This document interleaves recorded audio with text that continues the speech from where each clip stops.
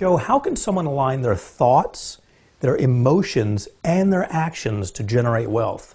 Okay, how can somebody align their thoughts, their emotions, and their actions to generate wealth? Interesting question. You know, I am a fan of Neville Goddard. He was an author in the 50s, 60s, and 70s, wrote a lot of books that influenced me. I wrote about him in my book, The Attractor Factor, and he's probably in a lot of my more recent books. And he had this idea that I've coined the phrase Nevilleizing to describe. And that was the idea of, instead of just visualizing wealth or generating wealth, but to actually pretend that you've already generated it. So in other words, in traditional visualization and imagery, you sit here, you close your eyes, or maybe your eyes are open, and you visualize that wealth is coming to you, you're going to be wealthy. You might see yourself driving your ideal car, or looking at your bank statement, or living in that beautiful house that you want. And so you use your mind and your graphics, the imagery, to program yourself and put yourself in alignment to receive and generate wealth. But Nevilleizing goes beyond that, and I think it's far more powerful. Nothing wrong with imagery. I still do imagery, still endorse imagery. But with Nevilleizing, what you do is you step into the end result.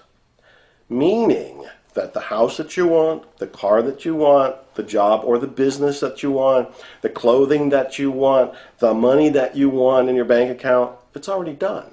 In fact, play with that right this minute.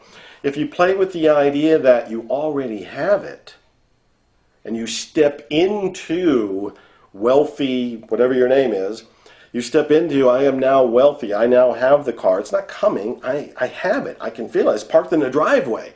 That's the kind of feeling you want to have, and that you're sitting in your mansion right now. You're having all of that experience right in this moment. In this moment, it is done. You have it. You generated it. You manifested it. You attracted it. In this moment, your thoughts, your emotions, your actions are all aligned.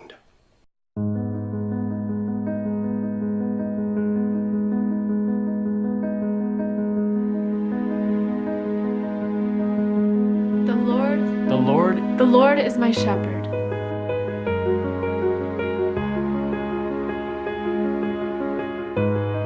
I shall not want. He makes me lie down in green pastures. He leads me beside Quiet waters.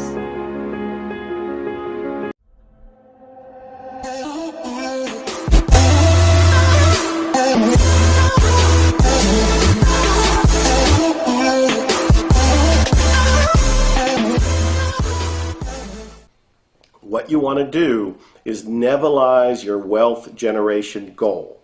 That means instead of just writing it out, instead of just seeing the photos, all of which are useful, all of which I endorse, what you instead is pull it all in you, hug. Hello, my friends, and welcome again to day number 18. That is correct.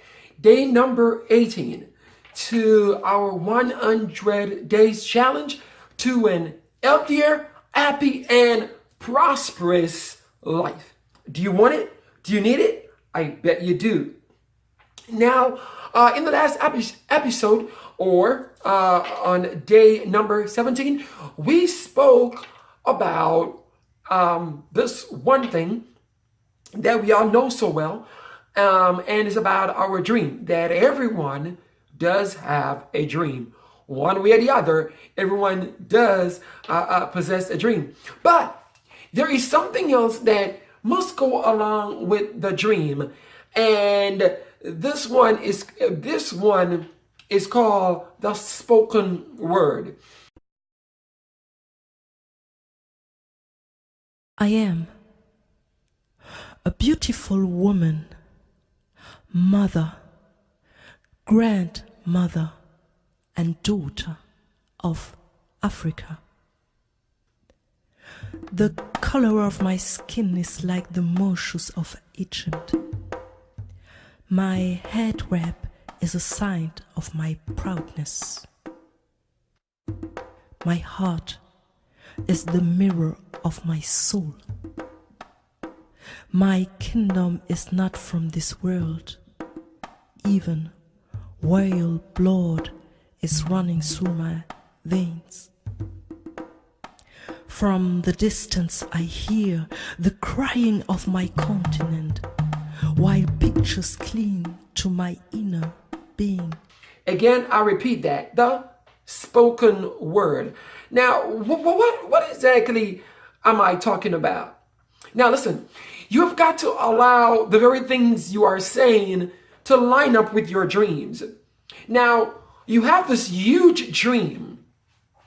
You have this huge dream to build a mall, for example. But every step of the way, you keep thinking about just building a stall, a little shop in the marketplace. That's all you talk about. And that's all you want to do. But you dream of a mall. You constantly say things that contradicts your dream. And so you're going to find out that there is a problem where that one is concerned. You know, where the spoken word is concerned, now I believe that everyone across the world have heard about the spoken word, especially those that live in a civilized country. I've heard about the spoken word, and it comes from all walks of life and from every avenue. The spoken word, you hear about the spoken word from the pulpit. You hear about the spoken words from rappers. You hear about the spoken words from DJ. You hear about the spoken words from comedians. You hear about the spoken words from just about presidents and prime ministers. Just everywhere around the world, you will hear something about the spoken words. I recall some time ago with President Barack Obama in his one of his elections, he said words. You know, are they just words? Are they just words? So in other words, it was trying to make a point that words are not just words, but words comes with meaning. Words are powerful, and in fact, words do begin to shape things. As I believe that we did mention something briefly about it in some other episode, but did not make out time to expand on it more. So we did not dedicate an episode to the spoken word. So I also recall some time ago, I turned on my radio in the car. And while I was driving, I found out that Nicki Minaj was having an interview. And why I'm also making mention of this interview, because there are a lot of folks who are stereotyped, and there are a lot of folks that believe that they can only get instruction from one set of people and only take one set of folks' point of view, and it seems like the rest of the world does not matter. I mean, I do understand that if that is your perception and concept how you must live, then, you know, I understand, you know, that having the opportunity to study greatness, you know, an exhaustive study. Yeah, you were doing that. Oh yeah, you were taking those punches. Oh yeah, no, there's a. Anytime you have that opportunity, there are certain intricacies that will make clear who you are. It becomes that much more clear who you are in comparison to the individual that you're playing. For me, it made it very clear who I am. I've been to my physical and emotional and spiritual and financial ends with this film. The definition of who I am is very clear to me, and it also redefines who I want to be. that is all you, and you know, I guess no one can take that from you. But I listened for a while, and I heard she said something that I was, you know, quite impressed with. You know, she said the person that was holding the interview spoke of her relationship that she was having with her boyfriend, and she mentioned. The interviewer made a statement that, oh, so something. She said something to this effect. She said, and I quote, which may not be the exact words, but in the same light, that okay, so in about a year or so, you know, you guys will have some kids. maybe you're not the first one, maybe you're going for the second one, and you guys might maybe get married or not, something like that she was saying. And immediately Nicki Minaj did not wait for her to complete her statement. She says, I reject that. She says, no way. She says, that's not going to happen. That she was rebutting everything that the interviewer was saying that she did not agree with, that she was not in agreement with. So the point I'm trying to make is that she understood something about the spoken word. She understood something about what it means to accept something being spoken into your life. Now, if you're trying to be an entertainer, or you want to be a superstar, so to speak, or you want to get to the Stellar Award, the Grammy Awards, and the list goes on, then your dream of getting there, based on the dream we spoke about next, now your spoken word has to come in alignment with the very same things that you have dreamt or that you were dreaming about. Now, if what comes from your mouth is, for example, you might say, the Stellar Award, poor little me. That can never happen in my life. Not in my generation, not in my lifetime, not in my family. And because you are speaking that already into your life, you are going to realize that it is working against your very dream. Because it means that you would not make the effort, you would not make the time, you would not put in the work, you would not make the connections, you would not do anything to allow this dream to come alive because you are speaking against it. So she understood something about how to reject that which she did not want to come to pass into her life. And so it doesn't matter who you are, you have the same power to do the same thing. Anything that someone says concerning your future, concerning your purpose, your destiny, your dream, it doesn't matter how it come across. You have that power as well to reject that very same thing whenever it is spoken concerning you. You don't have to accept it, because once you accept it, then it means you are more likely to follow the same path of that which you have accepted. I was also at work, and one of my employees, he said something he said something to someone, and then he smiled and says, you just got to keep it positive. We just got to, speaking, the positive things that I want to happen in my life, and not the negative. And I looked at him, and my response, this is sort of my response to him. I said, look at you talking about speaking positive and that which you want to come to pass. You just gotta, say it accordingly. And that one little moment, I saw him in a different way, because this was a guy that seemed like he did not possess anything of the sort, like that.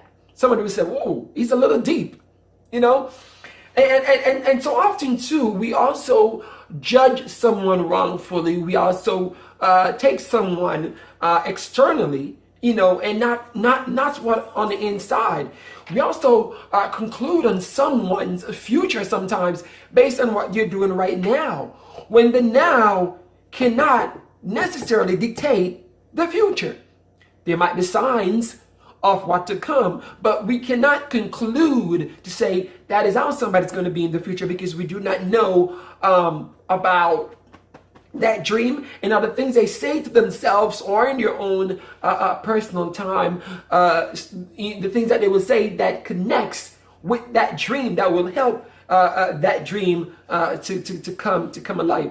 So again, as we do talk about this spoken word, I want you to remember one thing, and I want you to focus on one thing here, that whatever you want to happen in your life, whatever you want to come to pass in your life, make sure that is the very thing you are saying in the morning, in the afternoon, in the evening time, in the nighttime. Let it be all that you say. Listen, Like I've said before in one episode about laughter, the world is going to be breaking down, so to speak. You may feel like everything is giving you a shake. Your pockets are giving you a shake. There ain't no money in your pocket. The house bills are due. You're about to turn off the light, about to turn off the gas. Your car might be, repossessed. Oh, good Lord. Your house rent is due, or your mortgage. Perhaps you're looking on foreclosure. Perhaps you're looking on eviction, and the list goes on, and so much situation could be going on. That is the moment. That is the time when we all speak negatively against our future. Against our future. Let me say this again. Against our future. Because we are responding to the present time. We are responding to the present time. Now, I want to encourage you right now to develop that habit. Just don't say anything. If you are pushed by your feelings at that moment, at that time, to speak negativity in your life, or to accept the very thing into your life, then just don't say anything at all. You know, sometimes I've mentioned this before in some other episode, that taking a look at African film, I do hear this a lot. Someone says, "Oh, I'm finished now." That is all feelings. That is all feelings. That is all feelings. But as you speak, and you pay attention to that spoken word, let it be what exactly you want to happen into your future and into your life.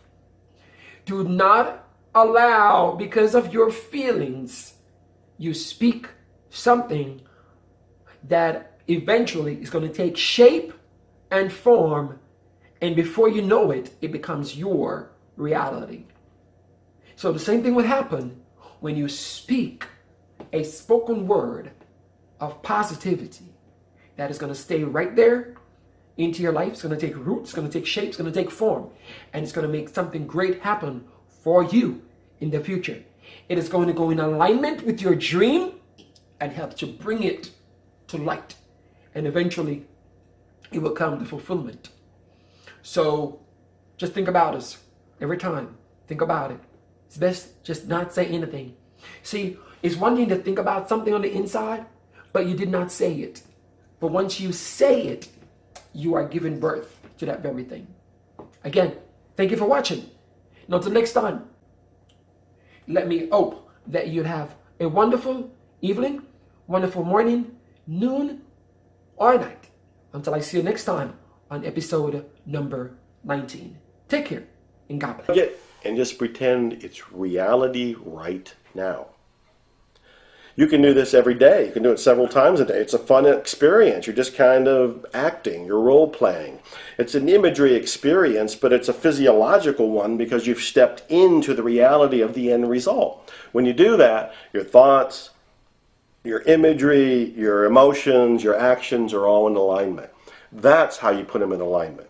Whenever you notice in everyday waking reality, as you take the next steps to generating wealth, that your thoughts seem to wander off, just notice it. It's almost like a meditation. You notice that, oh, a doubt just showed up. Wasn't that interesting? Okay, thank you, doubt.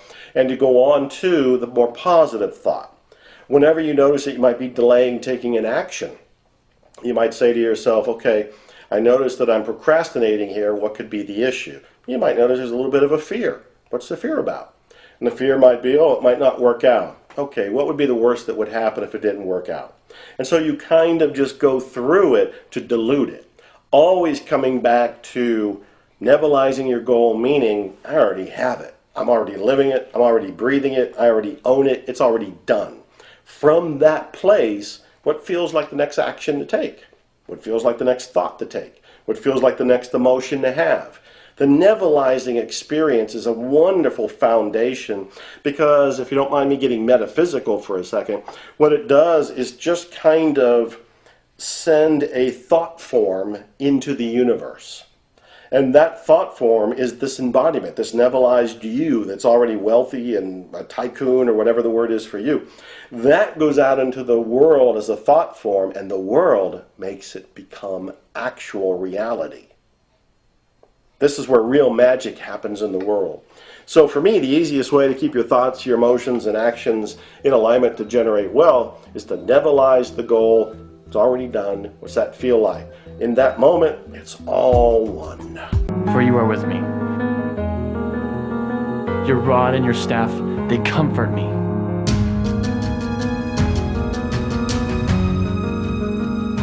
You prepare a table before me. You prepare a table before me in the presence of my enemies. You prepare a table before me in the presence of my enemies. You have anointed my head with oil. You have anointed my head with oil. My cup overflows. Surely, goodness and loving kindness will follow me. Surely, goodness and loving kindness will follow me all the days of my life.